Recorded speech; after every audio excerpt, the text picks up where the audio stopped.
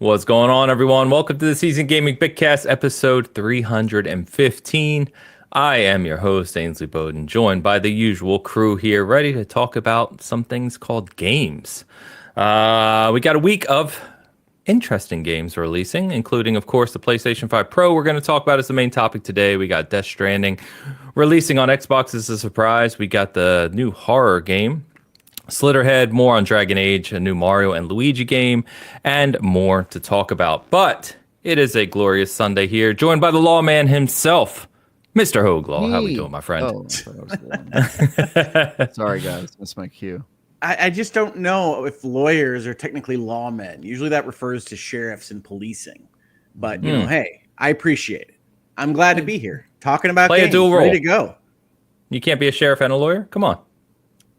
I'm just not a sheriff. I don't know whether you can be one or not. Yeah, I think it's in like a small town where sheriffs are assumed to have also know the law. I don't know if police are experts on the law, but if you're a sheriff, I feel like you have to. No, be. part of their qualified immunity rules is that they don't have expertise in law. We can talk about that on another show. Or why not on this one? Let's do it. I want to talk about qualified immunity. Yeah, you want to talk about qualified immunity? We'll talk about cool. civil forfeiture, the 2024 U.S. election. No, immunity. we're definitely not talking about that. What a show. Get excited, everybody. I'm excited about God. this episode as somebody who came here to escape reality and talk about video games. I'm excited to lean into reality. Let's start with the deficit, spending deficit. Talk about the debt, Hogue. Yes, let's talk about debt and financial policy. Otherwise known as our money backlog. Yeah. Money. I think it's their money backlog. I don't think it's ours. Yeah, you guys that's excited fair. Well, for expansion number 47 for America? I think they're reusing a lot of old content. They did this before during Grover Cleveland. I don't know if you guys remember, late 18th century or late. Did they just flip century. assets? Yeah, basically, it looks like a kind of a reskin. Oh man, Yeah. straight this from makes Call of Duty this makes to Call of PlayStation Duty. remakes look good. Mr. Ty Guy, my fellow traveler in arms this week. How you doing, my friend? Yeah, I didn't get to play a lot of games because I was on planes and stuff, but I saw some cool things I'll be able to talk about next week. And I also ended up not reviewing Metro Awakening because of code and timing stuff. So I'm just chilling, guys, until Path of Exile 2. I'm hanging out and playing games and honestly focusing on other parts of my life. You know, You did just get married. I got married. I realized I haven't seen her in a couple months. I was like, hey, how you doing? You holding up, champ? You doing all right? She's doing okay. That was good. Yeah, man. Your quarterly check-in, you know? Yeah. I do performance review. Yeah, we do go through all the. Yeah. Did you meet your KPIs?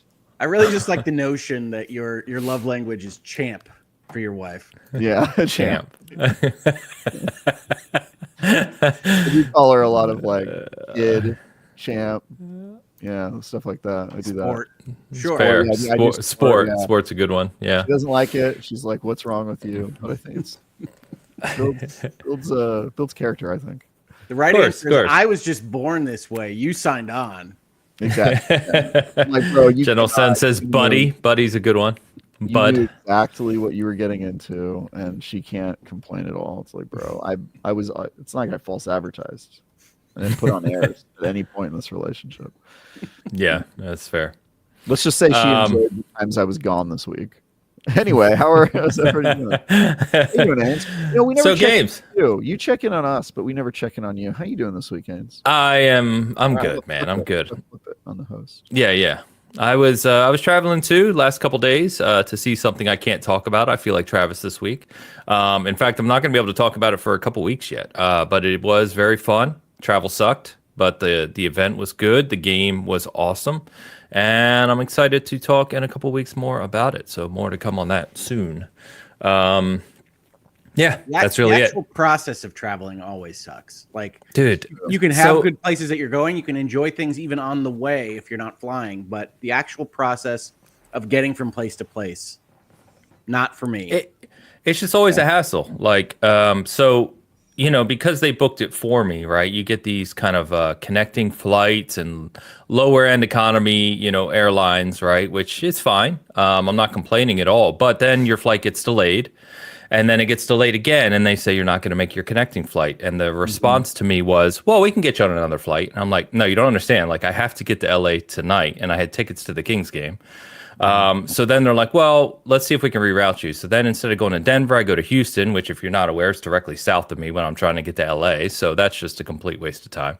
Then I've got a 4-hour layover in the airport, and it's just a disaster. Yeah. And then that happened again on the way home yesterday. Almost same thing. So I didn't get home until last night, and just a little tired. But I can't complain. It was a free trip to see a game. So traveling is like a loading screen. It really is. There's nothing really interesting around. Although, if you train your body how to sleep, you can fast travel. I learned this. I used to back when we were all going to offices. I took the subway every day downtown. It's like a 40-minute or 30-minute ride, and I could fall asleep as soon as I got on the subway, and I trained my body to know when to wake up at the right time. So I literally could fast travel. I would get on the subway, there, 5 seconds, perfectly trained. I wonder if I still have that skill. It's more efficient fast travel than Red Dead. Well done. Dude, it was pretty good. I never missed my stop. I would always wake up, and there was people around me that were who knew me on the subway, and they were like, dude, this guy's a legend. He knows exactly when to wake up. So, yeah, man. Yeah, Tal, literally, I flew into Dallas-Fort Worth yesterday. You're not lying. That is true. And then they're like, oh, you're at a Seagate, but it's the other end of the terminal, so you have to get the shuttle, and hopefully you'll make your gate. Otherwise, we'll just get you on another flight. And I'm like, no, you're not listening to me. I need to make my flight. What are we talking about here? I'm like, it's 6 p.m. at night. There's no other flights going to Kansas City, tonight. I'm not sleeping in Dallas. Never mind. It's fine. Why not? Ooh, Sleeping in Dallas. Great name for an indie film. Who wants to shoot it? Hogue? There's another name about Dallas that was famous when we were younger. I forget what that was about though. Debbie does. Yes. I was joking, Hogue. I wasn't gonna say it, but that's fine. What the heck are you guys talking about? She just Debbie does Dallas? No. She does Dallas. She does cities. It's old 80s stuff, man. Don't worry about it. Oh, okay. Well, there you go. Yeah.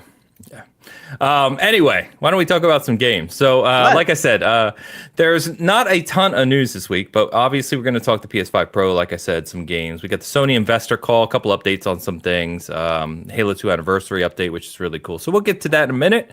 But of course, let's kick us off. So yes, we have a new look this week. I want to thank our regular viewer, Shoosh, who created this new graphic for us. We're still kind of fine-tuning the graphics at SG, new look, new layout, new intro. So all that's going to be continued work in progress. But we're playing around with this one this week. So welcome to feedback on that one. Of course, Googleman kicks us off with our super chat right out of the gate. Let's get to it. Googleman81 for 10 euros writes, there's a poetic song by the band Machine Head titled Locust. Maybe that's us now. Or maybe we're like Winono's Big Brown Beaver by Primus. Who knows? Who knows with a period, not who knows with question mark. Yeah. That is a great a person named Who Knows. Doctor Who knows the answer to this question. That is a great song, by the way. Primus, classic, man. I love Primus. I know songs too. We're all in the same world. Yeah, I know songs too. Googleman, thank you as always. Appreciate you. We also have, if I can get to it here, figure out what I'm doing. Googleman 91. No? Let's try to guess. Oh boy. What is this? Here we go. Tides picks this week. We have a dude. Why does it say get out of here? What is this? Oh, what the? Who are you paying? You're paying someone for this. You do not look like that, my dude, at all, bro. This is unhinged. This is the. I look like a cartoon character. He looks like the cover of a romance novel. What? Dude. It's just how I look, man. I don't know what you're talking about. You're not even in the same style. I'm so Actually, it's like offended by 3 this. different styles because I don't look like that either. But No, you don't with look my like that, but you look like you're in the same style as me. Like you're like a goofy minimalist. up closer, yeah, he's Yeah, definitely for got the sure. romance He novel is thing like a going sketchbook, like somebody drew Hogan a sketchbook, but not Hogan at all. in a Dude, fantasy novel. This is offensive to me. Thank you, Tide, for offending Travis. This is crazy. This is crazy. Oh my god! All right. Well, thank think we you look as always, great. Tide. I like my earmuffs. Yeah. Yeah. No connecting. No, they're just they just around the float back. on my ears. Yeah. It's around the back, definitely. Maybe. Tide, funny as always, and random name coming in with super chat as well. Random_name for $4.99. Glad to get to watch live. Also, was super surprised about the surprise from Kojima Productions. $20 worth.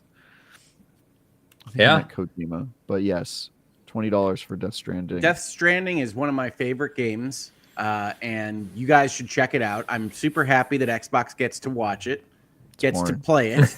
Yeah, no, I think see watching it is the correct answer. Hey, Death Stranding's fantastic, and you guys can have your own opinions, obviously, but they're wrong if you don't like it. So there you go. It's I've said my piece on Death Stranding many times. I'm just not interested. I hope everyone enjoys it. I did see a lot of people enjoying it. It's great to see it on Xbox. It was apparently 5 years to the day. So obviously the exclusivity deal they thought was 5 years. But great to see it. So. It was like to the minute. I mean, if you're watching these things, it's pretty clear that would have been a 5-year window. But it's still super cool because Kojima looks to have bought his intellectual property back. And basically, however you feel about him as an artist or as a creator of video games, seems to be a very smart businessman because this was the first time he was out on his own after Konami, and he effectively arranged for PlayStation and Sony to backstop his dream project. They let him use their engine, for instance, to get this game done, and then figured out a way to have that come back to him after a 5-year period, and now has it completely under his own control. By all looks from the outside. I mean, like, that's really smart. Yeah, I can't argue with you. I think he's just got a lot of clout in that sense. His name drives a lot of interest. You're starting but a studio as that guy, they'll give you whatever you want. You get very favorable terms. And I don't know why. Haven't figured that part out, but you know he has the clout. Because Metal Gear Solid 5 is amazing. Well, he got Death Stranding out in 5 minutes on a brand new studio. I mean, the man can clearly produce products. He made it quick. He did make it quick. Although it is Death Stranding. Yeah, it's kind of so. I'll say this, Hogue. It being on Xbox, I was thinking to myself this week, I was like, maybe I'll give it another shot. Maybe I'll try to see why people don't fall asleep during this game immediately. I don't know. We'll see. Death Stranding is fantastic, and don't listen to the people above me. We've all heard your opinions, but we've also heard your other opinions. We've seen what makes you happy, and so now we doubt.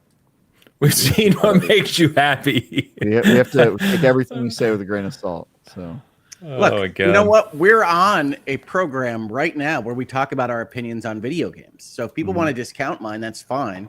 I'm not entirely sure why they're watching, but hey. To be fair, I think all three of us have very contrasting opinions at times, so I think it works out. True. Speaking of which, it's fantastic. To be honest with you, I haven't played it just because I'm not interested. So I've always joked that I can't really speak on it because I haven't played it. So, but it just doesn't interest me, which is fine. I know quite a few people love it. It seems that with the 5 years releasing on PC and now releasing on Xbox, obviously, because out of the gate it didn't even sell that well.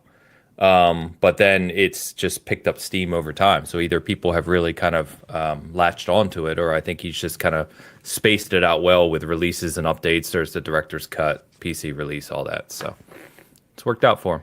And then we should get, one of the things we're going to talk about is Death Stranding 2 should be next year. So this is another good way to get people re-interested in it as they lead up to part 2. So yeah, I think that's the idea. And Death Stranding 2, I'm excited about. I'm not sure that this particular story needed a sequel. So I'm curious as to what they did with it, because Kojima is a madman, however else you feel about him. But I'm excited about that particular game next year. And I'm excited that Xbox and Microsoft fans get to play it now. So, yes, it was an exciting announcement. Yeah, it's good stuff. So speaking of games, I want to talk more about Dragon Age. Can I get in front of Dragon Age? Can you get in front of it? Sure. Yeah, just for a second here. We can talk about Dragon Age. I'm more than happy to, Ains, in a minute. But there was a game that you talked about last week that I effectively scoffed at playing when you mentioned it. And I wound up picking it up because I don't even remember what it was. A crazy person. And I just hate the name of this game, Slitterhead. But I picked it up. It's been trashed by virtually every major reviewer. Folks, I want to tell you, Slitterhead, really, really good game.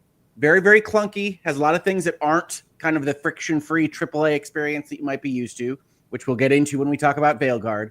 But Slitterhead has its own vibe. It's super interesting, and it's, I think, wrongly marketed as a horror game. It's not really horror in the sense of things jumping out at you or frights, as it were.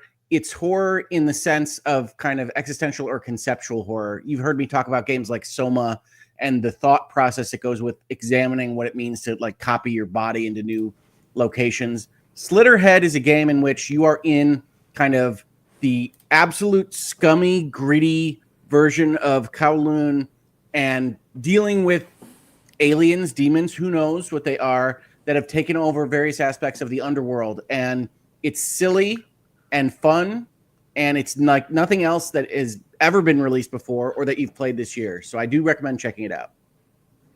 Yeah. Interesting.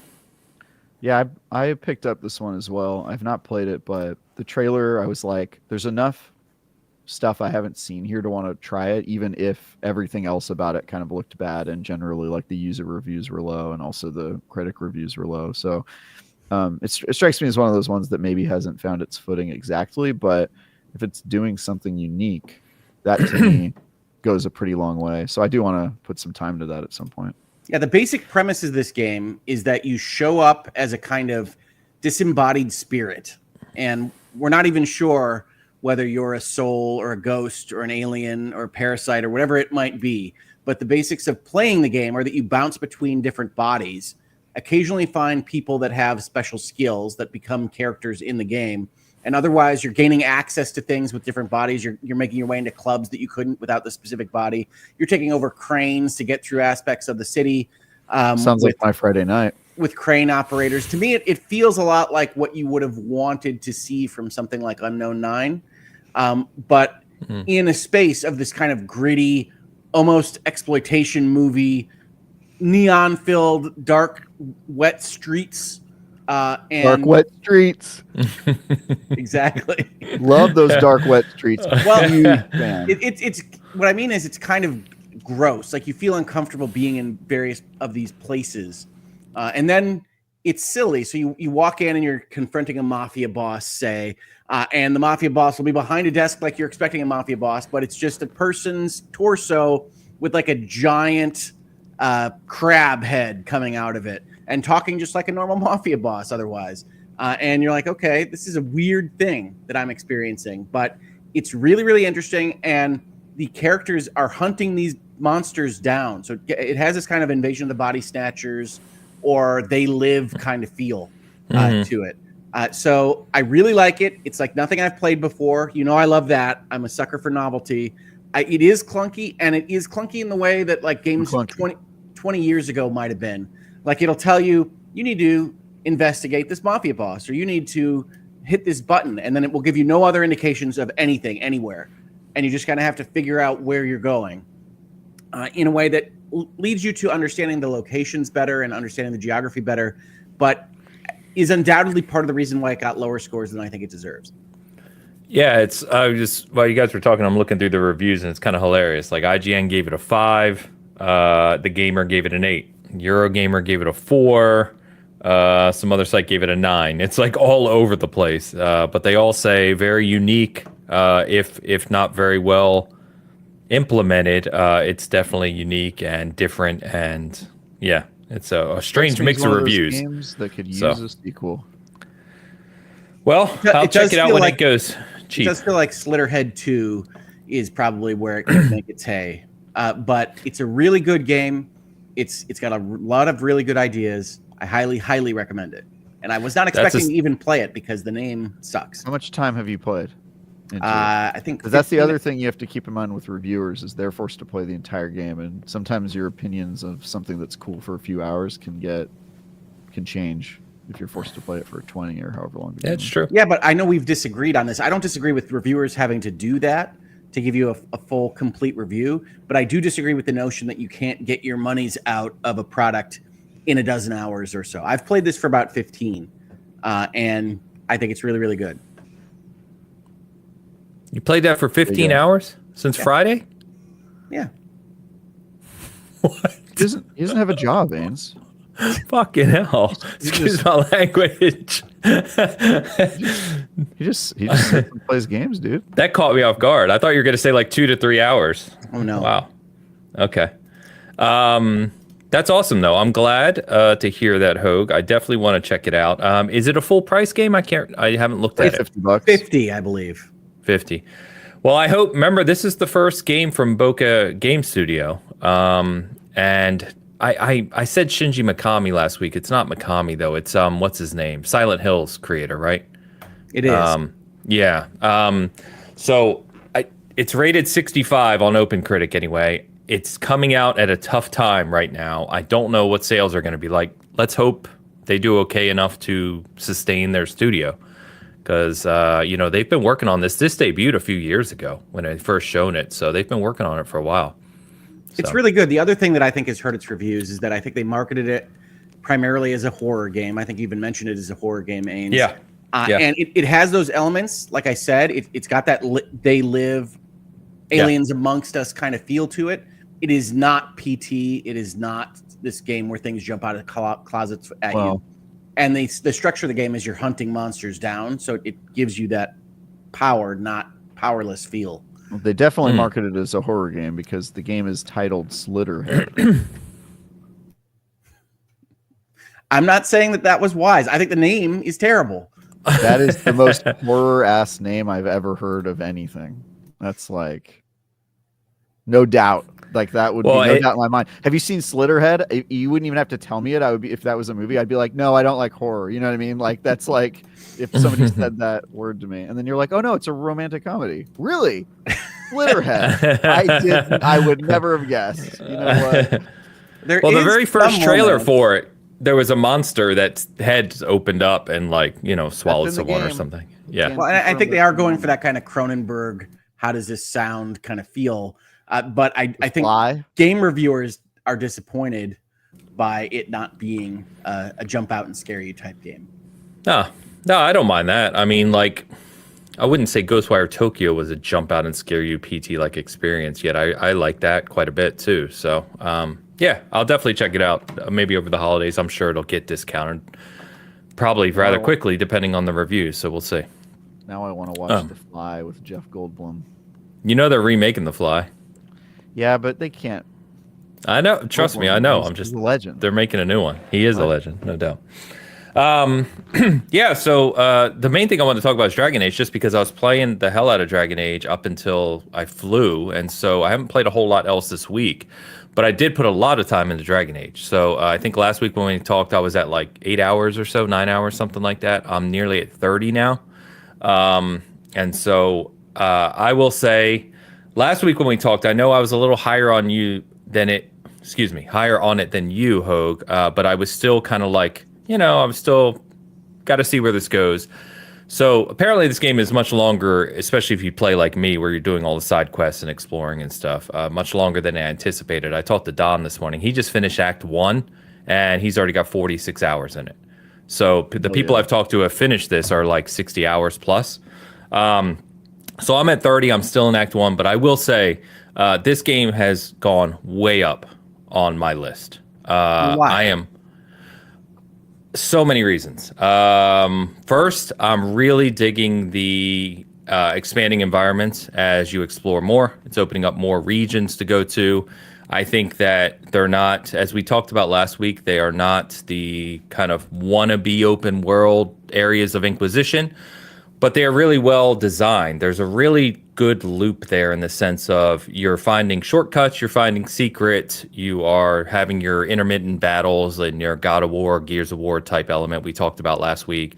And then you're unlocking new paths, you're going back to the region. So when you first get one of the characters in your crew, you go through the region initially, which is like, a little more linear. You can't explore the whole thing. Then it opens up for full exploration and it opens up side quests in that region.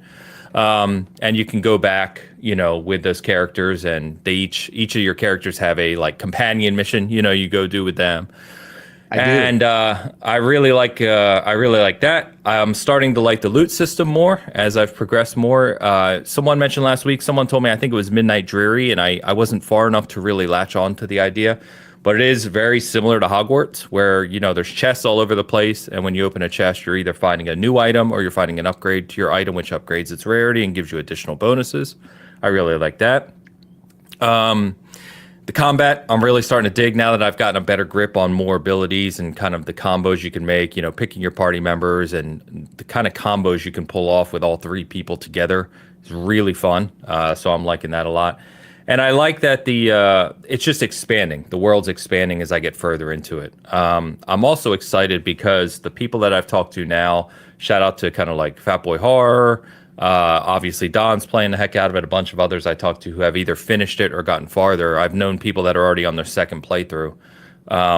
So apparently the arc of this game from a story perspective, right? The latter acts is very similar to some older BioWare games where they say it gets much more intense, right? After you build your full party, you get all 6 members, is it, or 7 members?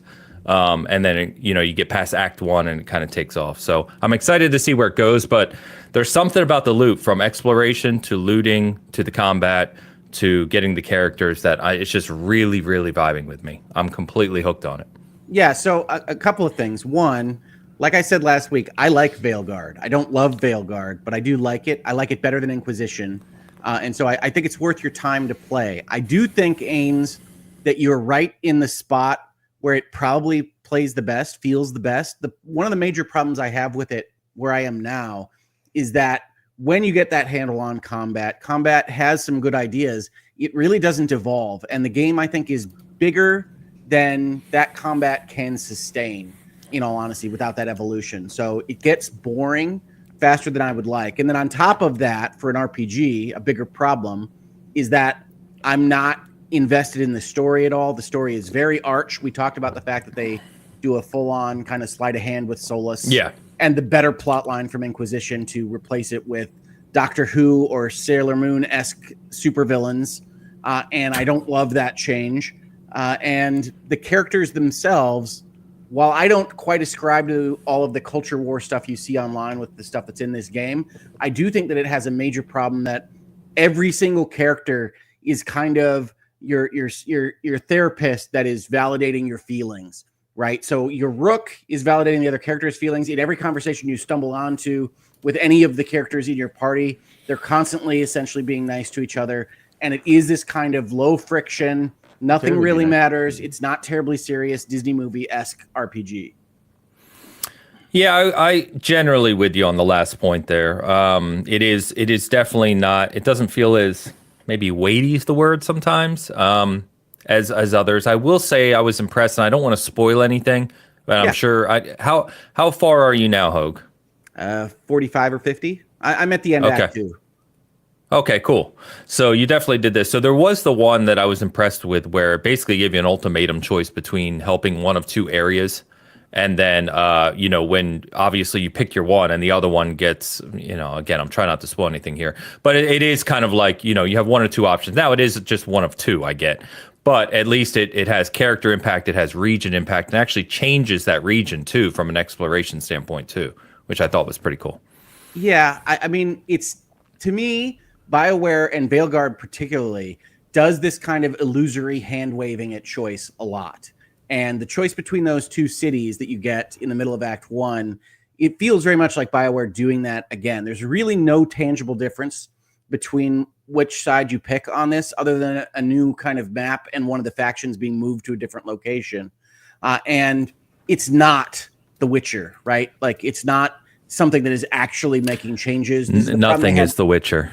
Right. Okay. But then don't pretend to be. Like, the problem I have with Veilguard is that they want to do all these things. They require you to be of a certain type of person in order to assemble this group and this group to act in certain ways. It's very much a JRPG insofar as you can't move the ball very far in one direction or another without the entire kind of notion of the game breaking. And so I would ask BioWare to just suck it up and make a JRPG. I love them. You can do that. But don't pretend like I'm making these major changes. Please don't. Please clap. Yeah, no, I get your point. I think for me, and it was funny because I was thinking this morning as I was playing. I got up early this morning. I was playing a little bit, and we talked about Metaphor at length too. And Metaphor, obviously, I think is generally the more celebrated game of the two from a critical standpoint. It's better. Yeah, and I'll tell you, it may be a better game. I have way more fun playing Veilguard.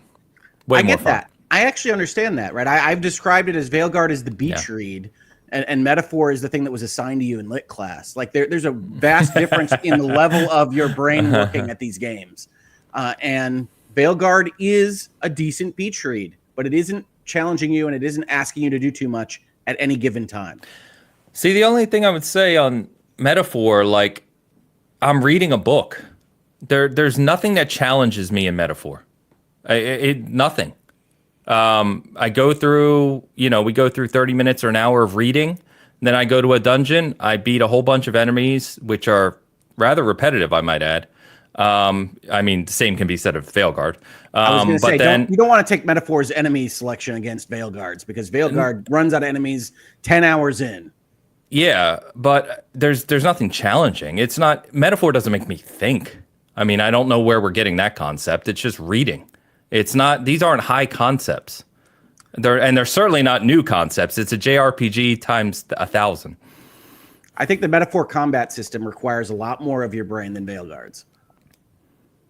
Yeah, maybe, but it's just because that's a turn-based combat versus more of an action combat. But I think I have more fun playing Veilguard, which I didn't really expect to say. Metaphor was super high on my list this year. Adore Persona 4 and 5. I was really excited about it, and I still like it a lot. But I've been surprised at how off-putting it has been to me. Whereas the opposite is true of Veilguard, as we talked about at length. We were all kind of indifferent on Veilguard coming in and what is it going to be like and what's it going to be like to play. And I find myself completely hooked on it. I just whatever it does works for me personally. And I think that's going to be, that's the story of games in general, right? I think it's a good game. Yeah. I think that it is unfortunately not what I'm looking for out of a story or a role-playing experience. But I never know what I'm going to get when I play Veilguard. Like there are sessions where I get done and I'm said that was a really enjoyable video game session. And there are sessions where I'm like, this game is garbage. Like it is a complete kind of unknown enigma when I turn that game on. And Metaphor, like I know it's going to stress me out and thinking about how my characters are built and how they're going to interact and whether or not I can handle X, Y, or Z, or whether I'm wasting my time in the wrong way on the calendar and all these various things that I'm thinking about in Metaphor. And Veilguard is like, nah, man, hold down the right trigger and you're good to go. Yeah. Have you put any time into either of these, Travis? Yeah, I'm almost done with Metaphor. I'm at the very end. Definitely farther. Oh, seriously? Jeez. Yeah. That one I've been playing with D. D and I have been tag teaming that one, so pretty good. And then Veilguard, I'm farther along, but I'm definitely not as far as you guys. I haven't made the big decision that you were referring to. It's not a big decision. He's overselling it, but it is a decision. It's a decision. I mean, your time to talk passed. Let's see. Yeah, that's where I'm at with those two. I don't know. I'm gonna work my way through them. They're not super high on the priorities list. You sound indifferent to both of them. I will play both of these games. He's getting ready for Slitterhead. That's right. Yeah. Slitterhead. Yeah. No, I'm I mean the list is just so long of games I have to catch up on, so I've got like this priority backlog group and it's chaotic. Plus, reviews. Yeah. Yep, I get it. So you said that you're not reviewing Metro Awakening, so that came out this week. We missed the stuff happened with the code, and we ran out of time to review it. So okay, unfortunately, I haven't obviously. VR games are pretty time sensitive. People stop caring about them pretty quick. So yeah, I got you. I do want to play that one though. That's also on my list of games to play because it seems like it's gonna be fun. Yeah, that's what I was gonna say. Is I haven't had a chance to play it. It did release. I really want to play it. I haven't even looked at reviews for it. I'll look those up real quick. While I ask Hogue, I'm assuming you've played this one. I'm going out on a limb here. Mario and Luigi Brotherhood. I have, but I have to be honest. It was not my favorite Switch game that I played this week. So Mario and Luigi is a series that I have tried to get into a number of times. It was primarily, I think it was only a portable series before now, and Switch is a portable system in part. But it's kind of like a my first Mario RPG series, and I thought this one might be a little bit more up-jumped, elevated, and it is in fact not. So I've bounced off it a couple of times. I've tried to play it. I think my time on Brotherhood is like 4 hours at this Brothership. Brothership. Sorry, I said Brotherhood. Sorry, Brothership. You did. It is Brothership. Or, as my phone likes to say, Brother's Hip. Think about it. When you Google it, like when you say like, repeat it to me or whatever, it says Brother's Hip. I don't talk to my phone that way, Travis. I just type it in. Wait, you type it in and it speaks to you? No, you keep adding this speaking phone. Well, you said it likes to say. I did. That's true. You got me there, Travis. You're saying it autocorrect. Yes. God, you're so old. Mother God. Jeez. All right. Well, however old I may or may not be, Brothership has not connected with me as of yet, even though it continues the year of the ship, where I get to pilot a ship in Brothership, just like I did in East 10, and just like I did in, of course, Skull and Bones. What a year it's been. There it is. Right? I was told that I didn't say Skull and Bones last week, and I'm trying to correct for that now. Nobody said Skull and Bones last week. It was glorious.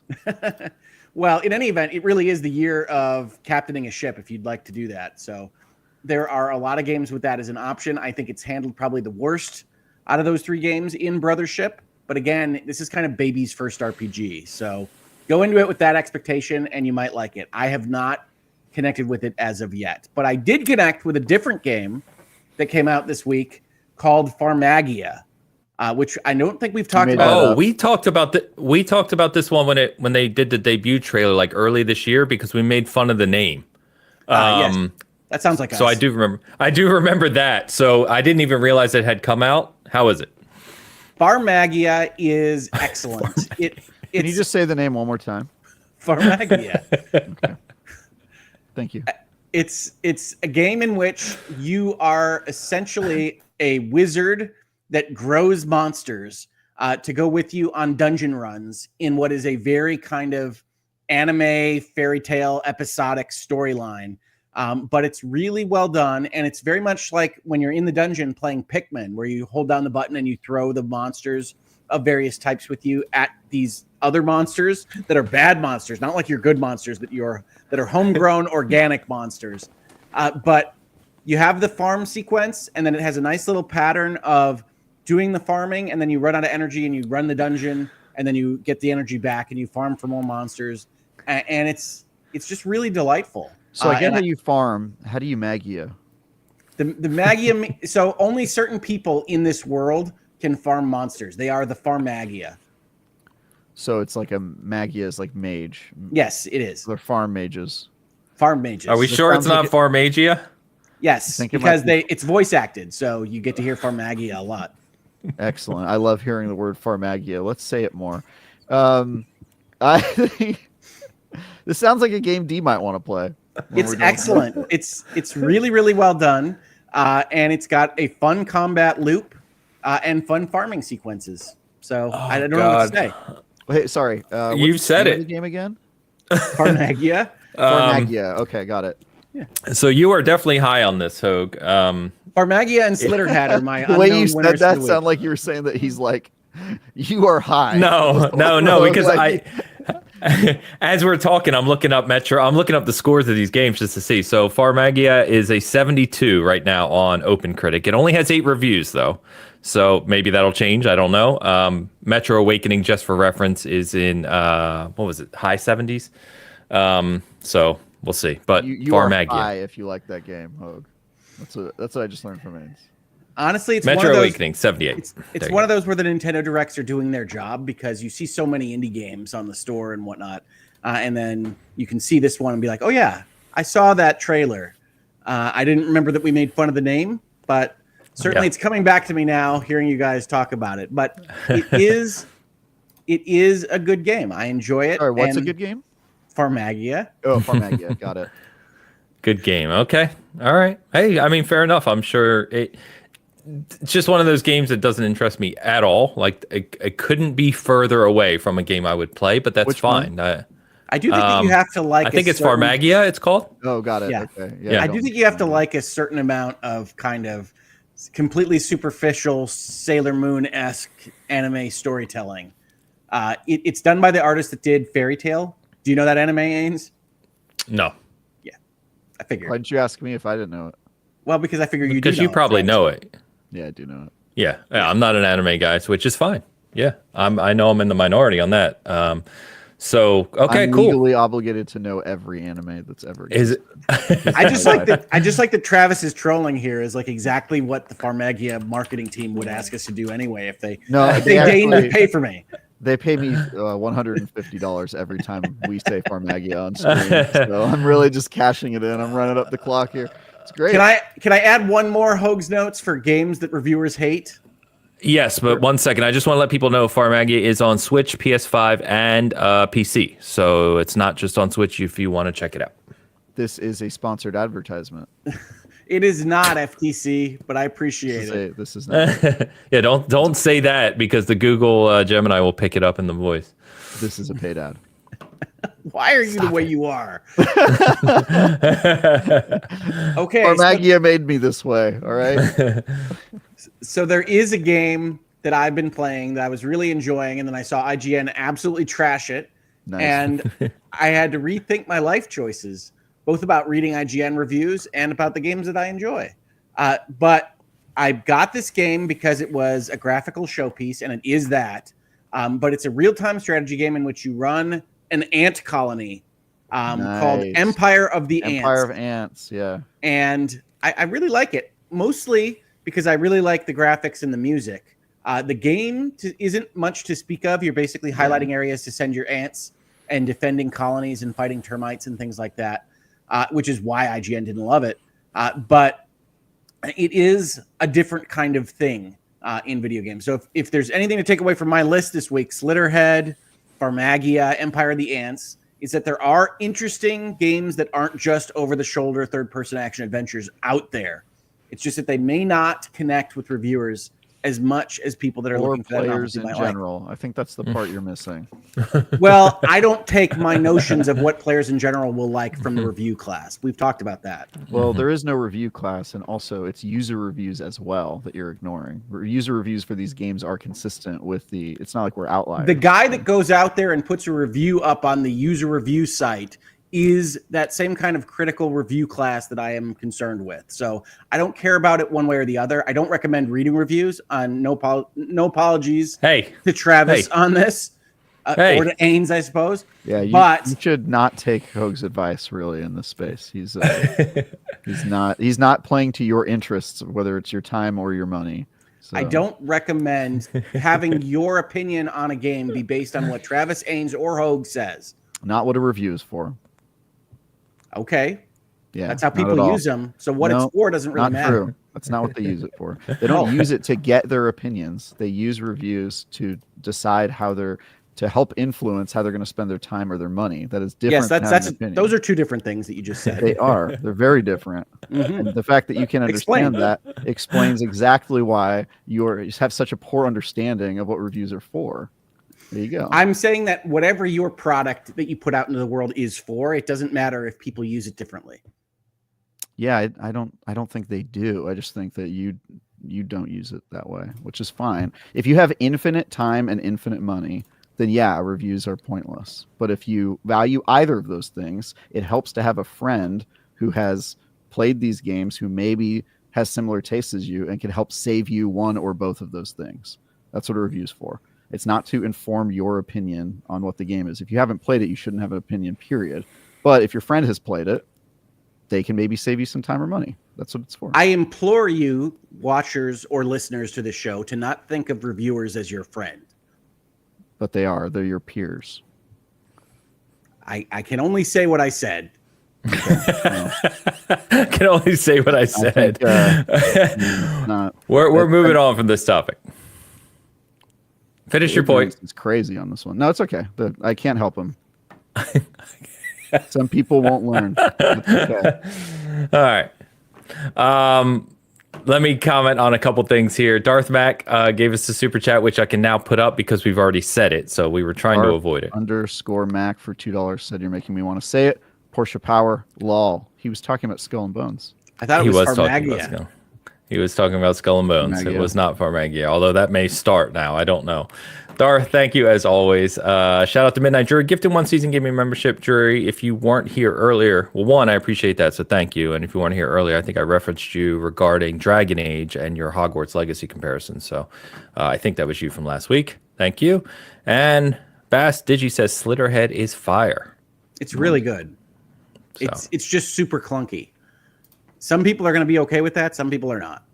Yeah, clunkiness is a personal thing for sure. Yeah. All right. So game-wise, before we move on to PS5 Pro, anything else you want to mention here? I think I hit the games I wanted to talk about. So no, I'm good. What are the games I play? Yeah, I'm mostly just catching up this week, and then games I can't talk about. But yeah. Yeah. Okay. Well, let's jump over to the PS5 Pro then, as it released Thursday. I only got mine last night because I just got home, of course. Came out officially Thursday. If you're not aware, there is a list on the PlayStation blog of the games that are getting day one support. It's about 50 games, give or take. Obviously, a lot of first-party stuff, but there's quite a few third-party things on there as well. And you can see it behind me here. Obviously, I got it. I had to install the baby bump, so it's got its disk drive on it now, which I will give them credit was very, very easy. It took like literally less than 60 seconds to flip that panel off, put the disk drive on, and put the new panel on, so that was good. Of course, it's crazy that, that's another $70 or whatever the heck it was. But here we are. So hooked it up. I've gone through a few games on mine. Travis, I know you said yours didn't arrive yet. So I have talked to a few people who have their pros. I've talked to some people on Blue Sky about, kind of performance of different games. And then I tried Dragon Age. I tried Horizon, Forbidden West, Gran Turismo, which doesn't have an official update, and Demon Souls very quickly as well. So I'm looking forward to playing with it more. Dragon Age is the one that was freshest in my mind, obviously, from having played it so much this week. So I will say early experience is good so far. If you're not aware, it not only has PS5 Pro updates, it also has a variable refresh rate that it can apply to games that even weren't programmed for it, which is good. It also has the capability to update some PS4 games, right, and give them kind of a game boost, similar to what Series X type does with some of the older games as well. So naturally, Bloodborne has no change whatsoever. So those fans continue to be trolled. But I will say on the Dragon Age side, I've been playing it in performance mode. Hogue, where are you playing Dragon Age? Are you on PS as well? I'm playing it on PlayStation 5, normal. Okay, amateur. Yeah. Well, so was I, obviously. And I've played 100% on performance mode just because I'm a frame rate guy. Yeah, it's super smooth. Yeah, super smooth. And I liked it a lot. It's definitely got some we talked about the art direction of that game last week, and some of the environments are beautiful. I love how yeah, and what you do notice though, like especially if you're coming from a high-end PC, is the image is a little soft. The resolution, like the pixel density is a little lower. So the first thing I noticed, there's two things that really jumped out. And this is kind of what you can expect from the Pro, really. This is not a next-gen leap. It's not some gigantic thing. It's that I'm now playing Dragon Age on performance mode, and the image is absolutely sharper. So things are just crisper, sharper, and the reflections and the lighting are nicer as well. So the environments just look overall better. You can put it on the fidelity mode and it looks even better, but it still drops down to 30, which I don't like. So, but it's nice to be able to just play performance mode, but get that sharper image. And the same is really true of Horizon that I checked out very briefly. So it actually on Horizon, it actually has dedicated pro modes built into it, and you can do full frame rate mode, balance mode, or quality mode on the Pro. And so looking at balance mode, you get that 60 FPS, but it's just a lot crisper. So again, I think that's really what you're kind of expecting out of the Pro, is to be able, when you make that choice between fidelity or performance mode, you're going to be able to play performance mode, keep that frame rate, but you're going to get an image that's closer to the quality mode. So I've liked it so far. One thing I totally forgot, because I never updated the hard drive on my base PS5, is this has a 2 terabyte drive, which is nice. So, now I don't have to worry about space or anything else. So, I mean, that's just another bonus, but, factors into the cost as well, obviously. So not a whole lot to say on the Pro. The people I've spoken to have really gotten what they expected. As long as your expectations are in check, that this is not a next-gen leap, being able to just have that higher quality mode on console is a win. So nice. Yeah, I'm trying to look to see if there's any questions in the chat, but yeah, GameFire says not worth the price. That's fine. If it's not worth it for you, don't buy it. No big deal. GameFire, that's definitely not true. On sitting close to the TV, I saw the difference on Dragon Age literally immediately. It's night and day. So now again, there's some people that are more critical of image quality than others.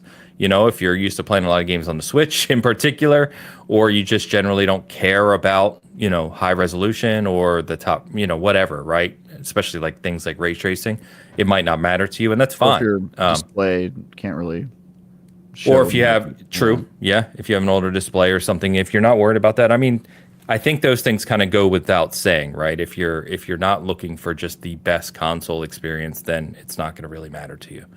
So, but yeah, I need to play more with it. Obviously, I'm looking forward to playing some more Gran Turismo. Though supposedly it runs better. I was reading some updates on it. Runs stronger, even though it doesn't have an official update. So I don't know what they mean by that. I've got to look more into it. But I want to check some other games out. So I'll talk more about it. It should be able to boost things without an update, right?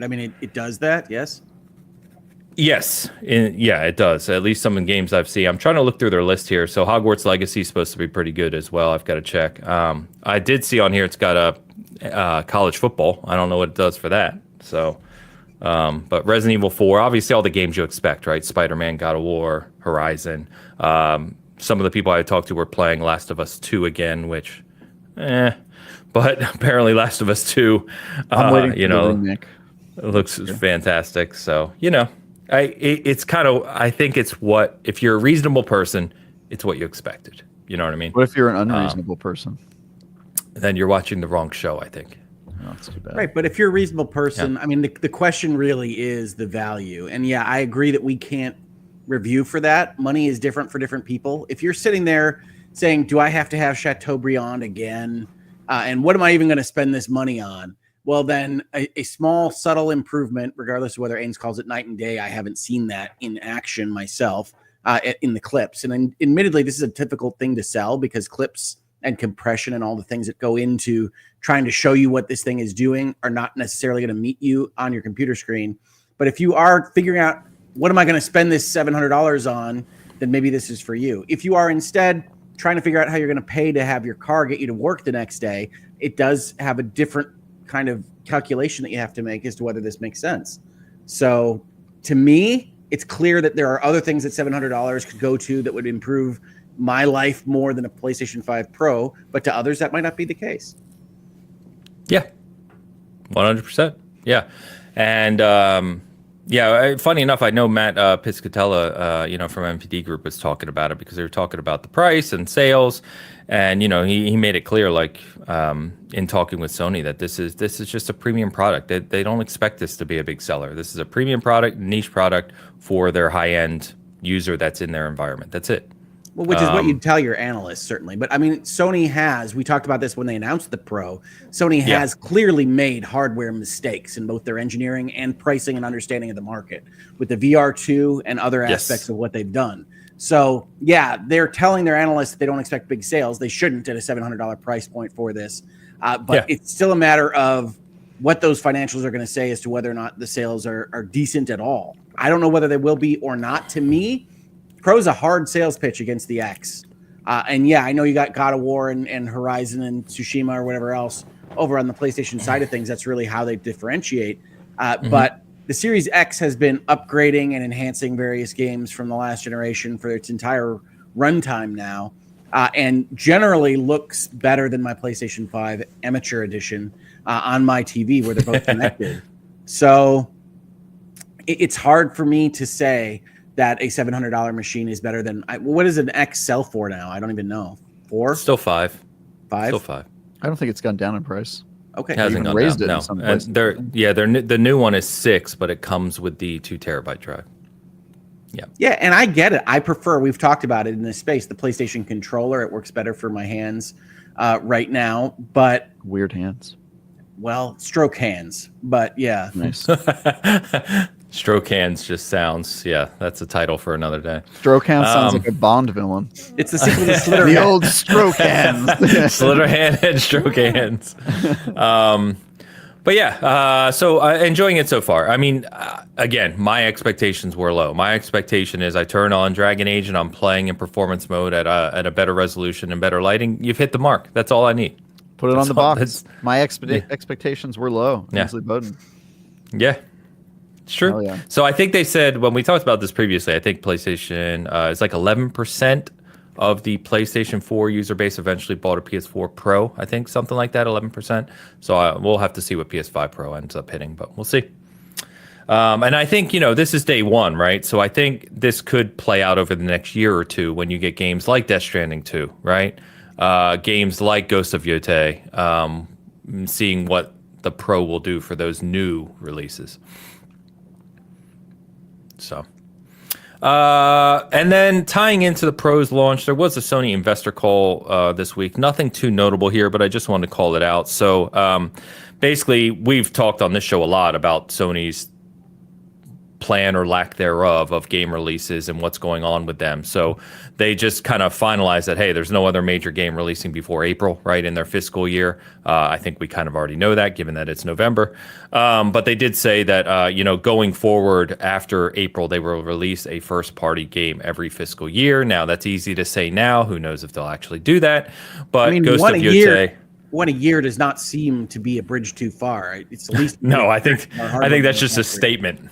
Yeah, it's just like, here's an easy statement we can throw out there, right, in response to this. But they did say that Ghost... Breaking. Yeah, we're making games.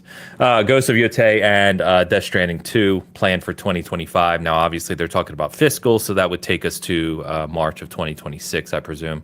But, we'll see if... I think Ghost will definitely hit that. We'll see if Kojima and his studio hit that with DS2.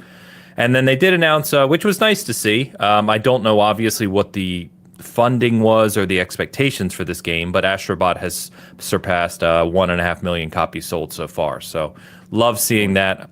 Obviously a big proponent of that game and 3D platformers. So I want to see that game sell well. Yeah, I mean, I think that you've seen a lot of discourse on this particular topic. I think 1.5 million copies is good for a relatively unknown intellectual property. Obviously, Rescue Mission and Playroom were good fun, but I don't think Astrobot is Mario. And so I'm happy to see them sell that well. I don't think it was as expensive as some of their other products to make, but we don't really know the full story there because Sony keeps that pretty close to their vest. But yeah, 1.5 million copies is a celebration type number. Yeah, it feels like it, right? Like, it feels like Astrobot with a 1 million mark, which is pretty traditional, I realize, but you don't expect this game to sell 10 million. Like, you know what I mean? So seeing 1.5 million, a couple weeks, a month after launch? When did that game come out? Well, I would have preferred Sony to have cultivated a fan base that sees Astrobot with those Spider-Man numbers and maybe not all of their other games with those Spider-Man numbers, but here we are. So 1.5, I think, is good. Yeah. and hopefully it hits 2 or 3 in time. We'll see. That's before the holidays, before sales and all that. So I have to imagine it'll get there, which is great to see. But yeah, that's pretty much it from PlayStation this week. So we'll see. I want to play more around with the Pro. No Man's Sky, another one. There's a bunch of other games I want to play around with to see. So we'll check that out. But yeah. Rick Davis says, I'm happy with the Pro so far, something 95% of the PS5 user base won't need. But for the others, I think they'll be quite pleased with the improvement in certain and likely future titles, which, yeah. I think 5% is about right. That's what I would expect for the sell-through on this. Yeah, at least early, right? So if PS4 Pro got to 11% eventually after years, then yeah, probably going to be a single-digit number for sure out of the gate, no doubt. To me, the Pro was doing real work though in the PlayStation 4 generation. There were games that were not hitting anything close to the frame rate levels. And I don't see that same need for the PlayStation 5, primarily because Sony has predominantly remade and sold us PlayStation 4 games for 5 years. So this is a different situation than when the PlayStation 4 Pro came out. I love your games, man. It's very funny. But it's the truth. What did I miss? That Sony has not expanded its intellectual property or game software base outside of the PlayStation 4 generation as it had from PlayStation 3 to PlayStation 4 by the time the PlayStation 4 Pro comes out. Returnal? That's a new one. One game, Returnal? What else we got? You tell me. I mean, you're the one making the claim. What other... I made a claim that they basically are only making older generation titles. Ragnarok is technically new, but it's essentially operating on the PlayStation 4 at the same time, isn't it? I know Spider-Man 2 definitely is. Yeah, I'm not necessarily disagreeing with you. I'm just wondering, is it as true as you're saying, or are you just being hyperbolic like usual? Like Returnal's the one I know that was a PS5 game. What else do we have? I think GT7 was originally advertised as a PS5 game, but then it came out for the PS4 as well. Ratchet and Clank is PS5 only. I guess if you choose if you include PSVR 2, because those require PS5, they had the what was that game? The one PSVR 2 game that's good. Synapse? Synapse, thank you. Synapse is really good, yeah. Synapse is good. It's like the only one. The only, kind of exclusive. I guess they also, I think they do have an exclusive for Resident Evil 4, but that is it's a remake, so that doesn't really help there. And they have that in VR too, which is cool. That's what or if that's what you're referring to. That's what I'm referring to, because that is the only one that's an exclusive. But that's literally a past generation game that also had a Resident Evil 4 version on like Quest. Correct. Yeah. That version is much worse though. That's fine. Yeah, it's the old version of the game, the 360 version. I think I don't see Sony having expanded the capabilities of video games in the same way this generation, and so the Pro feels like a cash grab to me because I don't see any reason right now for really having purchased a PlayStation 5. So to sell me a $700 Pro is not going to work for me. I mean, what about Final Fantasy 7? I know that is also a remake, but you could argue those games are pretty new. They're not really remakes. Well, I was playing 7 Remake on my PlayStation 4. I think Rebirth is a 5 exclusive. Rebirth is 5, yeah. Exclusive for sure. Which supposedly, I haven't played it because it's not my thing, but supposedly Rebirth is like one of the best examples of the Pro. Like it's supposedly a huge Did the Pro upgrade. add a story? No? I think it counts though. No, I've heard good things about the Rebirth graphics as well on the Pro. So that's great. But yeah. I also think it counts as a new game you can only play on the PS5, even though it's a remake. It's not really a remake. But yeah, I think the biggest win for the Pro, which we'll show in time, is the PSSR, right? The scaling software. That's what's really going to kind of drive the improvements across. It's basically like if you have a 40 series card on your PC, right? You get to use DLSS, and DLSS can really improve things depending on the game you're playing. So Silent Hill 2 remake would be another one, by the way. The chip stuff on the PlayStation 5 Pro sounds to me, having been down this road before, like the cell processor, right? You have all these various sites and experts and people telling you that it's going to be awesome. And we have no indications of that in the real world as of yet. No, you are that's way off base. PSSR is not a chip. It's software. Okay, but we have no indications that it's actually going to do anything yet. It's doing stuff right now. Do stuff. It's doing it right now. The stuff I talked about is PSSR. What? What is?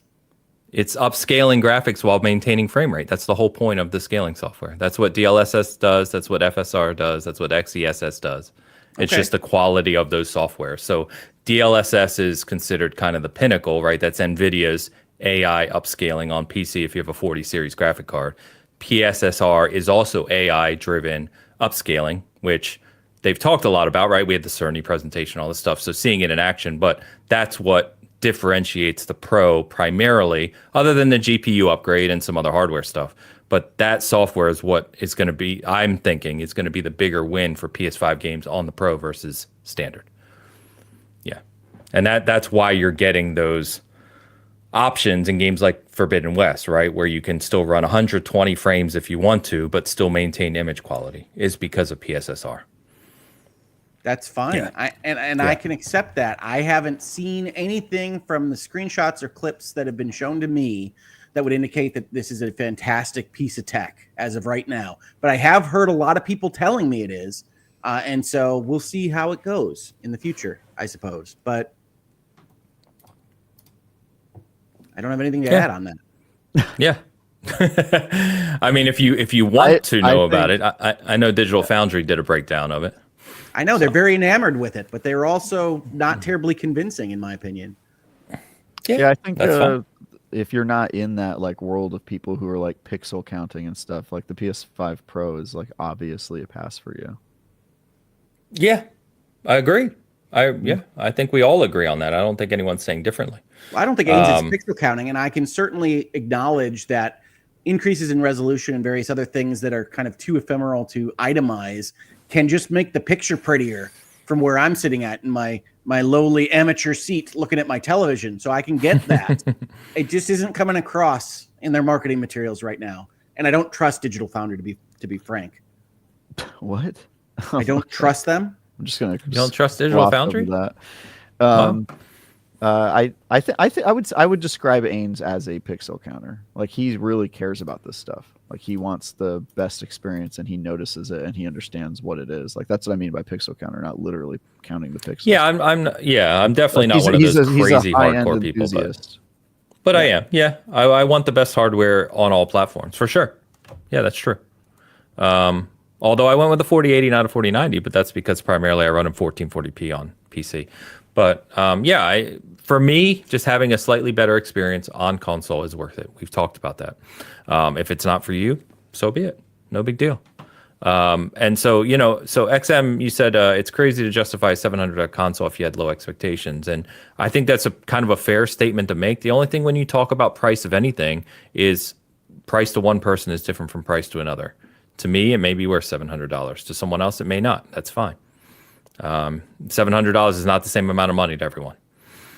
So, all right. So not $700. That's what I want to know. No, Ains is completely right, Travis. I mean, I know you're poking fun, but the subjective value of money is an entire field of study in economics, and that's why we don't talk about price in reviews at IGN. Right, which is the right call. Correct. But I would argue that you don't talk about price directly, but you certainly seem to grade differently depending on whether something is free to play or aiming for a smaller kind of audience or a bigger audience at a smaller price. I mean, I can't speak to every reviewer at IGN, but I can tell you our style guide explicitly says not to do that and that I don't do it and nobody else I know at IGN does. So if you think that that's happening, that's just you reading the tea leaves. Well, I mean, I could bring up plenty of reviews that are clearly not going to be looked at the same way if it were a AAA game at a $70 price point. I think I think some sites do that better than others. There's definitely some sites that'll review a game stronger if it's a $20 or $30 game. Yeah, I think some. I think some do that on purpose. Some include it in their like thesis. They're like, hey, if a game is smaller, we're gonna. And a lot of commenters, frankly, on IGN reviews go, hey, why did you review this game like it is any other game, like on the same scale as like a AAA? And we go, because that's what you're supposed to do. So I would say that for every example that a Hogue could offer on like, here's a game I think you graded easily, I could offer a game that we, did not hold back on just because it was made by one person. I reviewed a few of those this year Squirrel with a Gun, gave it a 5 out of 10. I gave the horror train game, Choo Choo Charles, a 4 out of 10. It was made by one game. I mean, these are games that were made by. Are those one people person. still mad at you? Yeah, they're mad at me. The Choo Choo Charles people are super mad at me, and they're like, "Hey, you know, he made it in college," and I'm like, "That's fine. I'm allowed to say it wasn't a good game, not putting any value on your, you know." It's just it's an interesting debate because I think the people who say that are being empathetic, which is rare on the internet, and I don't want to discourage it, but also they're not really like thinking about it from a perspective of a reviewer. Not that they really need to. Yeah, not that they need to. And I think it's worth calling out, right? Like, I think we talked about this, Travis, when we talked about reviews. It's worth mentioning the price of the game, but the price of the game doesn't define the quality of the game. So, yeah. We have a Papa Hogue sighting in the house. Nice. Rick's just like, yeah. Dad's here. What did he say? All right, Papa Hogue incoming. I'm going to do my Thomas Hogue voice as I imagine him. Hyperbolic? Rick? I thought I had cornered the market on that. You three seem to be fighting more today. Knock it off! You're much better than just debating, not fighting. Peace, love, and understanding, boys. There you go. That's Thomas Hogue voice. You did not nail it, Travis. All right, that's too bad. I really thought I was doing a good job. Oh, my God. That's great. Yeah, thank you, Papa Hogue. I don't know what to tell you, Dad. No, I'm Are good. we fighting today? When did we fight? What is he referencing? You're in a cranky mood, Travis. That tends to add to the fighting feel. I didn't realize I was in a cranky mood. I wouldn't say anyone's being cranky. I would say that you're being argumentative. Oh, that's normal. Yes. Well, it's generally speaking. Hey, if yeah. I'm coming off as cranky, this is good user feedback because I was not going for. I was going for my usual sarcastic, you know, kind of.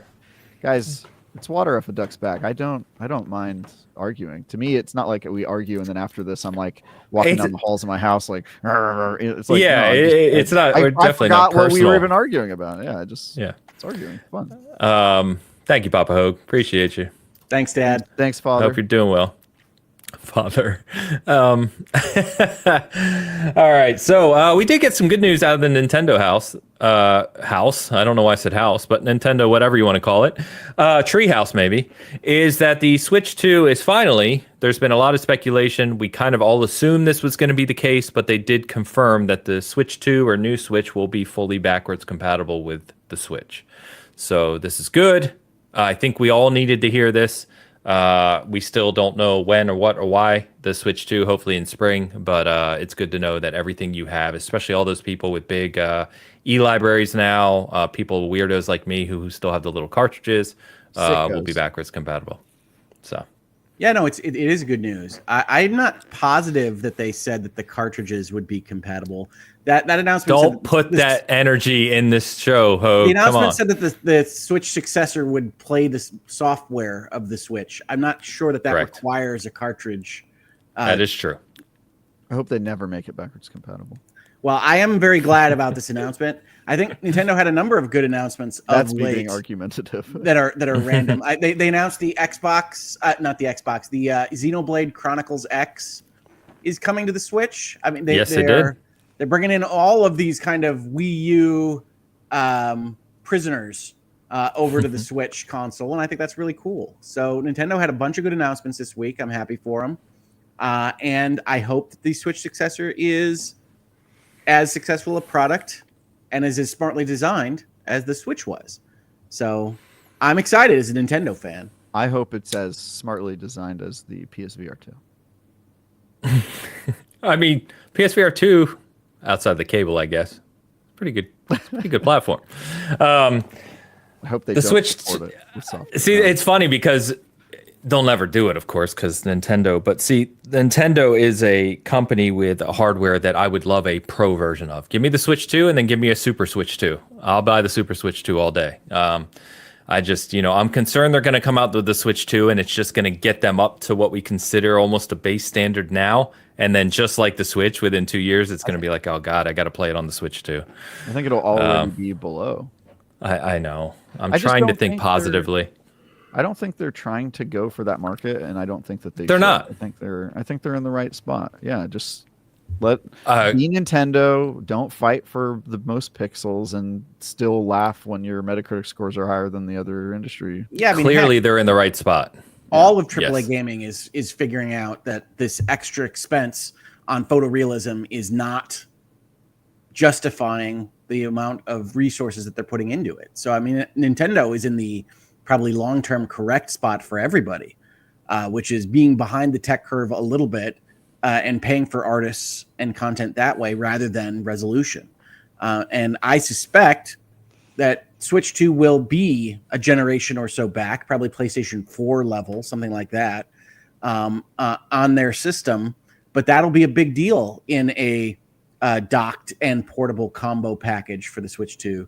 And I think that they are ultimately going to be very successful as long as they don't get insane with whatever kind of random crap they're going to have in their system. Well, the Nintendo that makes cardboard games and makes alarm clocks is going to have some input into what the Switch 2 is. Yeah, and I want them to get insane. I feel like that's. I just don't want I don't want a higher expense to have some kind of fishing rod attachment on the right side of the system that is required to be used by every party that makes software for that system.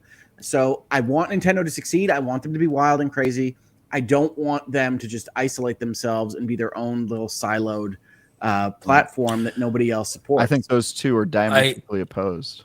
I think that there's a way through. I think this is. Go ahead. Sorry, I was going to say, I think we kind of already have an answer to the space. And I think for me, it's good news is because they have talked about things like Call of Duty and other major AAA games coming to the new Switch. There was another game that got announced.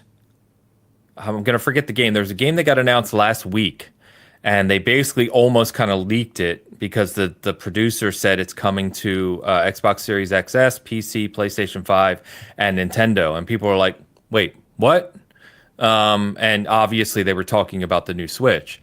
So my hope, because again, if you play on the Switch today, and I know people adore the Switch, like I'm in the minority, right? Like the Switch has sold gangbusters.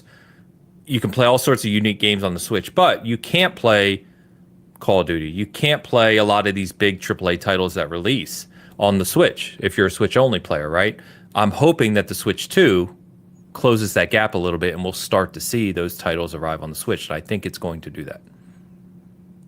Yeah, and I'm from a slightly different perspective, which is that I don't really care because, of course, I have multiple systems in my home, so I'm not likely to care about these things. I want the Switch to hit a minimum standard of kind of playing moderately intense, graphically indie games, because even low-end indie games that have a certain amount of 3D in them kill the Switch like instantaneously, and that's really where the Switch should shine. So if the Switch 2 can hit those, I'm more interested in that than Call of Duty because I got an Xbox to play that. But I could certainly understand the opposition there, which is to say, if you only want one system, it would be better if it could play everything that was coming out. Well, and that. Sorry, Travis. I know you're waiting to talk. The last thing I'll say is that's where upscaling technology I think is going to help Nintendo. We'll see. This is just my own guess, but I'm guessing that we're going to see upscaling technology because it's going to allow them to leverage software to help them, with these bigger games, with keeping a image quality that's acceptable while still maintaining frame rate. So we'll see.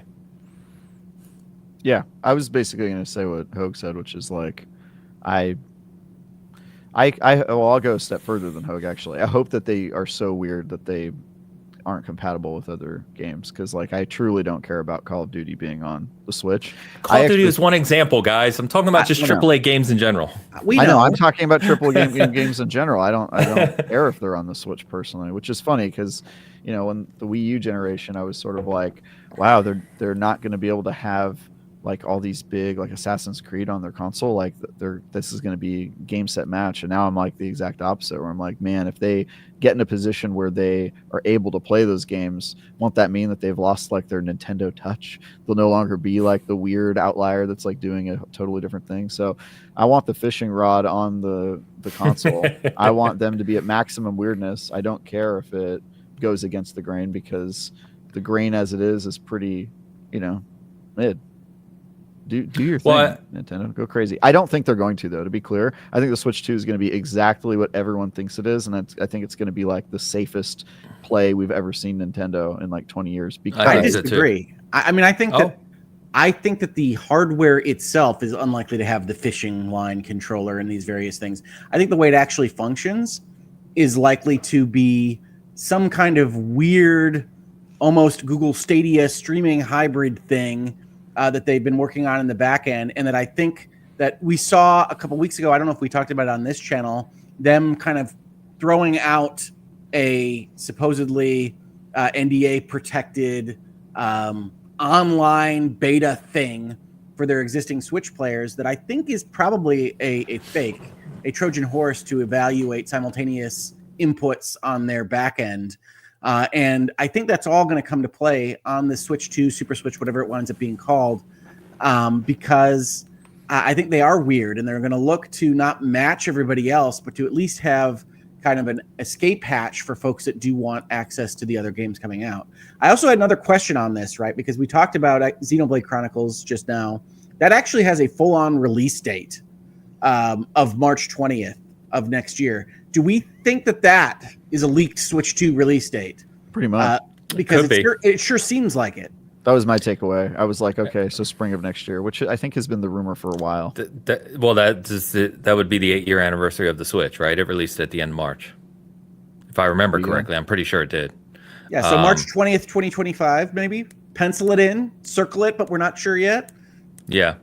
To your guys' point, going back real quick, the reason I was saying about AAA is because what we've seen in the past 2 years, maybe year and a half, with like Steam Deck and the ROG Ally and those is people playing their AAA games on the go.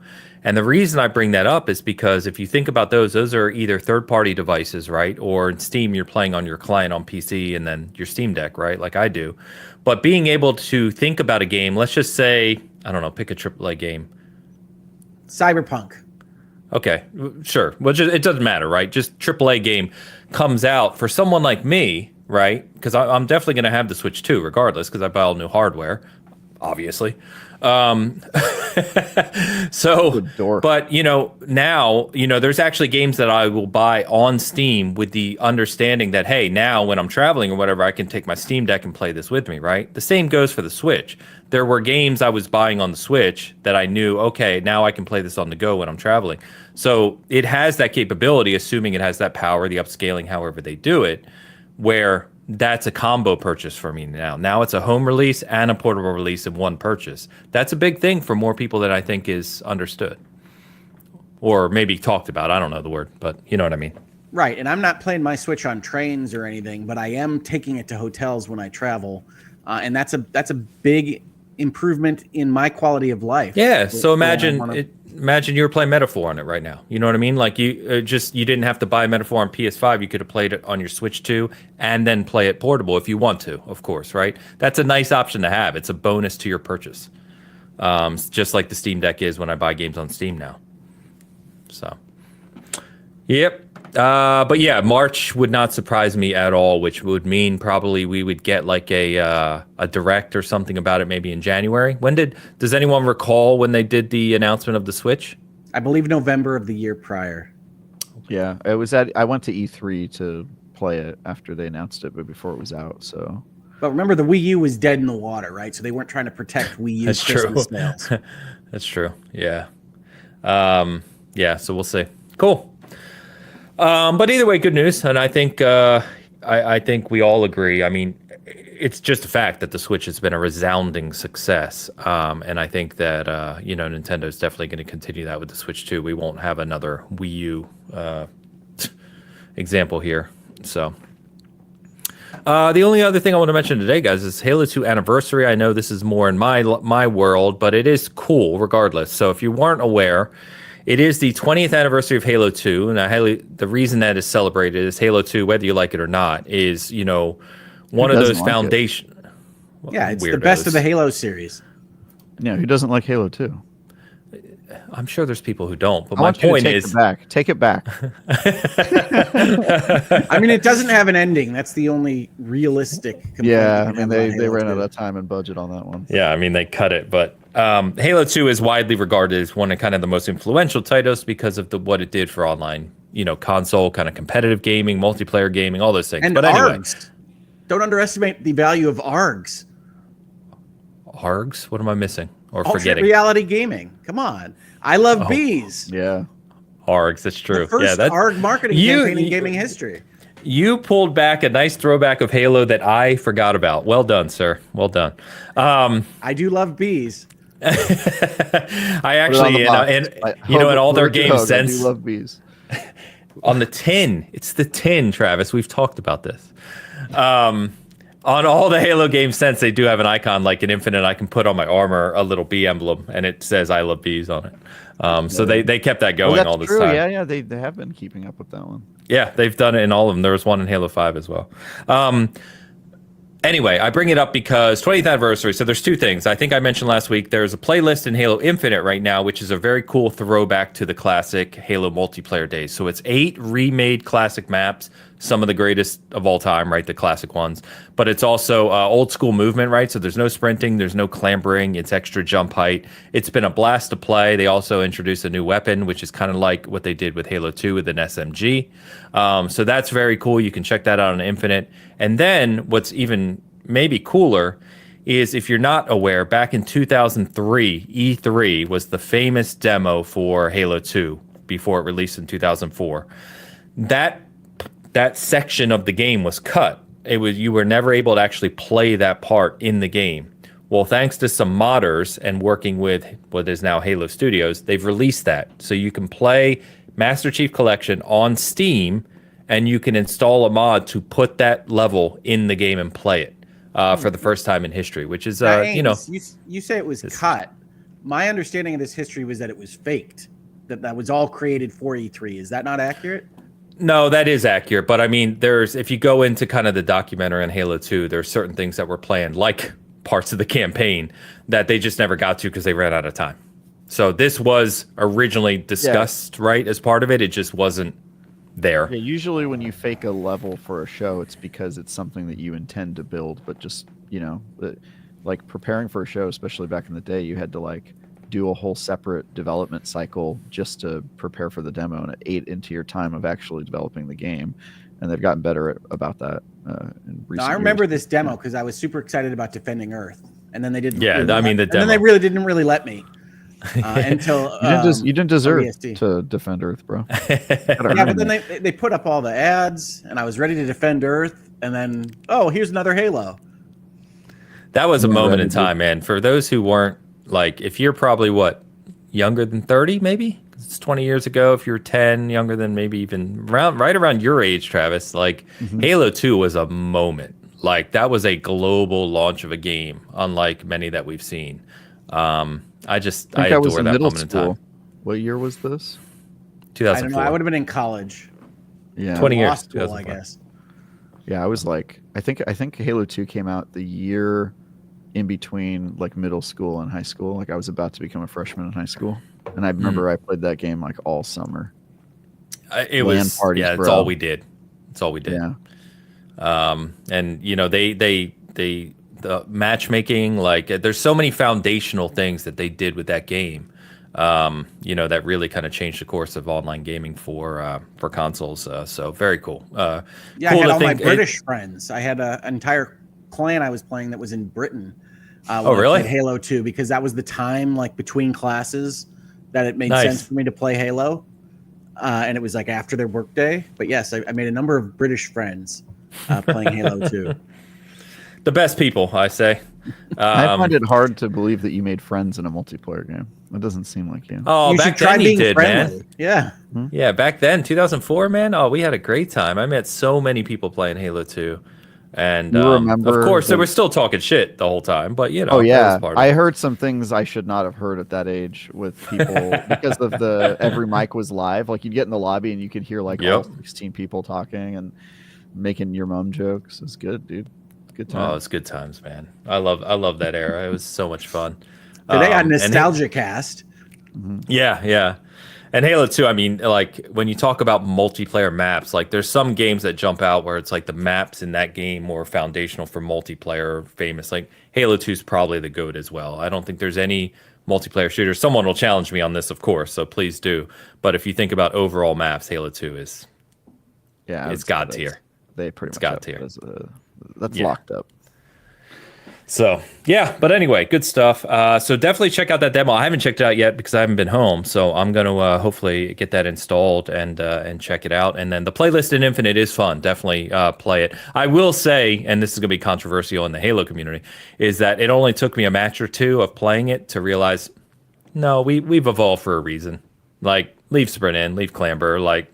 You go back to playing normal Infinite, and it's like, I love this. Like, this is where I grew up in the Halo verse, but come on. So we played Halo at my LAN party at my bachelor party, and Yeah. I think the group was pretty much split. Like there were people like me, my buddy Kevin, who like immediately were like, "Oh yes!" Like not being able to run, you have to like plan every move. It kind of gives it like a strategy vibe to it. We're super into it, and then the other half you could hear them going like, "What? There's no sprint? What the like?" Just people losing their minds at like forgetting all the things that were in game. So I think it was like 50-50, but we did fall off of Halo pretty quickly, just because I think the people who were into it felt bad about the half that were just like suffering on our behalf, that were just like only there because we really wanted to do it. But yeah, I find myself on the former side. I play Halo 2, and it's a very different game design mentality, but it's one I sort of vibe with because it's a little different. It shakes things Well, up. especially different today. Like it definitely stands out. But now it's funny because it was using all of the like best practices of multiplayer game design in its day, but now you play it and you're like, oh, look at this company, they're trying something new. It's like, no, it's just old. They're trying something old, but it does feel fresh if you play it in 2024. Yeah. I think what they did, we don't have to stay on it, obviously, because I could talk about this for far too long. But what they did in Halo Infinite, like most people don't realize, when you sprint in Halo Infinite, it's only like 7% faster than walking. And they did that for a reason, right? So like most of the time when you're playing Infinite, if you know what you're doing, you're not running. So it's really kind of got that good mix, I would say. Makes a bunch of noise and lets you not recharge your shields. Right? And you can't shoot. No, you can recharge your shields, but you can't shoot, right? So is that Halo 5 where your shields wouldn't recharge if you ran? I really liked that rule. I thought that was smart. Yeah. But anyway, so that's that. I think that's gonna basically, wrap us up for this week's news. There wasn't a whole lot this week. Next week we do get releases all on the same day, which is kind of funny. So if you obviously playing Black Ops 6, the first season, kind of the official launch of the full suite is November 14th, which is multiple new maps. The first season pass, Warzone gets integrated into Black Ops, new zombies map. So all that good stuff is coming. Friday is the 14th, Friday or Thursday? Thursday. No idea. And then Hoag's most anticipated game of the year, Lego Horizon Adventures, also releases that same day. And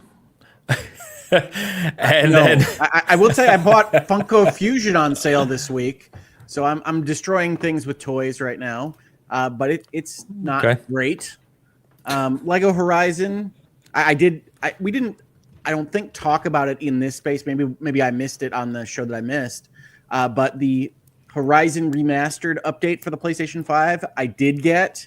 I got to be honest, guys. I can't tell the difference at all. So $10 well spent. That's what I was gonna say. You did the $10 upgrade because I was gonna say you weren't big on that, so I don't know why you bought that. But was it just to check it out, or $10? I mean, that's the right price point. Sony's got me there. So he just buys everything, dude. It doesn't seem that different. I wish I could, but I do not. Get yourself a Pro. I heard it's upgraded for the Pro, so there you go. So then $10 plus the $700, you might as well go. Just do it. And That's spoken like a person with a balanced budget right there. but the big release I think that we've talked about, which all jokes aside, I know Hogue is excited for, is Dragon Quest 3 HD 2D remake. Absolutely. Is this Thursday as well. So our review will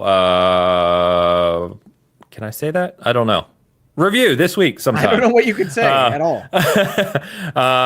So Alex, who did the preview for us, is wrapped that one up, and we'll have a full review of that one as well. But that, I played that at Summer Game Fest, like I said. So a really, really fun remake if you love that classic JRPG style. So, yeah. I believe we're due for an Outlaws DLC soon. I think. I don't know if it's this coming week or the week after. I think the DLC and their big update they've been talking about, right? Are they doing those two things together? Did you see the announcement that they have a new creative director for this released game? Yep. It's the strangest thing I've ever seen as an announcement. I did not see that. Wait a minute. They have a new creative director, and the creative director wants to change a bunch of stuff about the gameplay. Of Star Wars Outlaws? Yes, I'm hopeful that they don't break it because there is stuff that definitely works in the series. But yeah, they got a new game director. I think the stuff he wanted to change was basically addressing a lot of the feedback of the stuff that we all complained about when it comes to the stealth mechanics and the shooting as well, the gameplay. You don't really have to do a lot of shooting in that game, but when you do, it's sort of like a shooting gallery. It's pretty simple stuff. So it says that the first DLC is the 21st. So it's yes, the week our after. Our chat just told us too. Thank you all. Interesting. A new creative director after a game's released. That's not a live service game. Correct. Ostensibly not. Yeah. It has expansions coming out, and I think they just want to. I mean, it's a Star Wars game. It's one of those games that's probably going to sell through for a couple years while people figure it out, and the casual fans who aren't gamers get to it. We've seen some of that with Hogwarts Legacy. That game sold well at the beginning, and then it just has continued to sell because its audience is so much broader than the core gaming audience. Outlaws becomes good, but it is a car crash to start. So if they can fix that, that's great. Newspin said everything I've generally heard about Outlaws is bad except for on this channel. Well, I haven't played the game. I think Hogue and Travis were pretty good on it, but I mean, I wouldn't say bad. Again, this is a game that's in the 70s and its reviews. That's not bad. Yeah, I think people have high expectations for certain games and are willing to give other games more of a pass. I don't know. Outlaws is very, very good by the time it figures out what it wants to be. Unfortunately, that's going to take some of your time when you start it out. Yeah. So it's a 75 open critic. It has an 80 for its player rating, whatever, if you want to put any weight on that at all. But yeah, I don't know. I know Alex, who reviewed it for us, was the same, right? It was slow to start, a little frustrating early on, but it gets really good. And we've said that about so many games. I think Hogue, you said it the other week, work on your first 10 hours, whatever you take, game developers or game directors, creative directors, whatever. Well, I feel that way about Veilguard. I think Veilguard gets a step up in terms of enjoyment after the first sequence of things where it's trying to figure out what it's doing, because the story, again, is a car crash to start. You can feel the rewrites, you can feel them trying to figure out what their game is going to be, and certainly them changing villains and all the other stuff that I've talked about here. And then it gets into its zone. And then I think, honestly, whether it's because it was a multiplayer live service game before or just because of the way BioWare operates right now, it runs in kind of the same zone for too long. It overstays its welcome. But that's going to be a reasonable minds can differ, your mileage may vary kind of question. I'm interested in seeing how Ains feels about getting through Act 1 and into Act 2. Because me too. I do view it as kind of the dregs of the game. Yeah, and then so this is a bold statement. It's not my statement. It's just people I've talked to. So I've talked to multiple people now. This is not one, but the people who have finished Veilguard who say that Act 3, right, the arc, is some of the strongest BioWare has ever done. Yeah, I've heard people like the ending of this game. I'm interested in seeing it because it would take a lot.